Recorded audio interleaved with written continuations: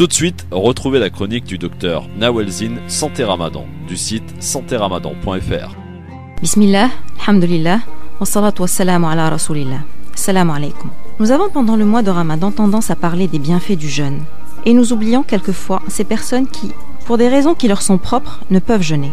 Le mois de Ramadan est un mois béni pour tous ceux qui le savent. Certains ne peuvent pas jeûner pour maladie passagère et ils pourront rattraper ces jours plus tard dans l'année, comme il est dit dans le Coran. Fa'iddatun min ayyamin ukhar. Pour d'autres, le diagnostic d'une maladie chronique est posé et il leur est alors religieusement interdit de jeûner. Et parce que Dieu, subhanahu wa ta'ala, est miséricordieux et juste, il leur permettra de rester impliqués dans ce ramadan en nourrissant un pauvre pour chaque jour non jeûné. Ainsi, le musulman se sent parfaitement intégré dans la communauté à laquelle il veut appartenir, celle de ceux qui disent « Nous avons entendu et nous obéissons ». Cependant, il y a une autre catégorie de non-jeûneurs. Ce sont des personnes qui n'ont aucune raison religieuse de ne pas jeûner et qui ne l'observent pas. Les raisons peuvent être multiples. Ils n'ont pas appris à jeûner depuis leur jeune âge. Le rapport avec la religion s'est fait de façon brutale ou sans explication. Ce sont des gens qui ne jeûnent pas et qui se cachent de leur propre entourage pour manger. Et chaque année, ils redoutent l'annonce du premier jour de Ramadan et sont soulagés avec l'arrivée de l'Aïd. Si vous leur parlez, certains tristes et penauds vous diront qu'ils ont des migraines et que c'est trop dur de faire le Ramadan. Personne n'a le droit de les juger.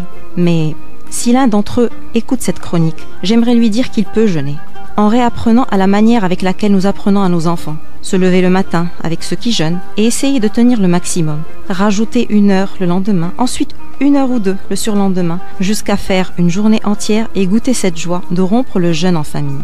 N'attendez pas. Décidez aujourd'hui de goûter à ce bonheur que ressent votre entourage et sachez que Dieu, subhanahu wa ta'ala, tient à vous faciliter vos actes d'adoration et non à vous les rendre difficiles.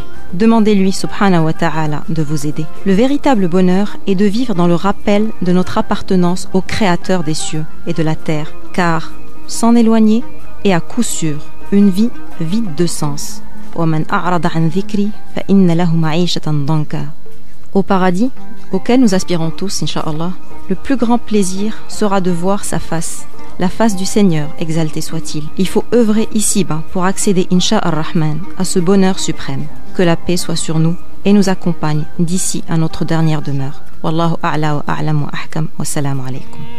C'était la chronique du docteur Nawel Zine du site santeramadan.fr, une chronique que vous pouvez réécouter sur le www.francemaghreb2.fr.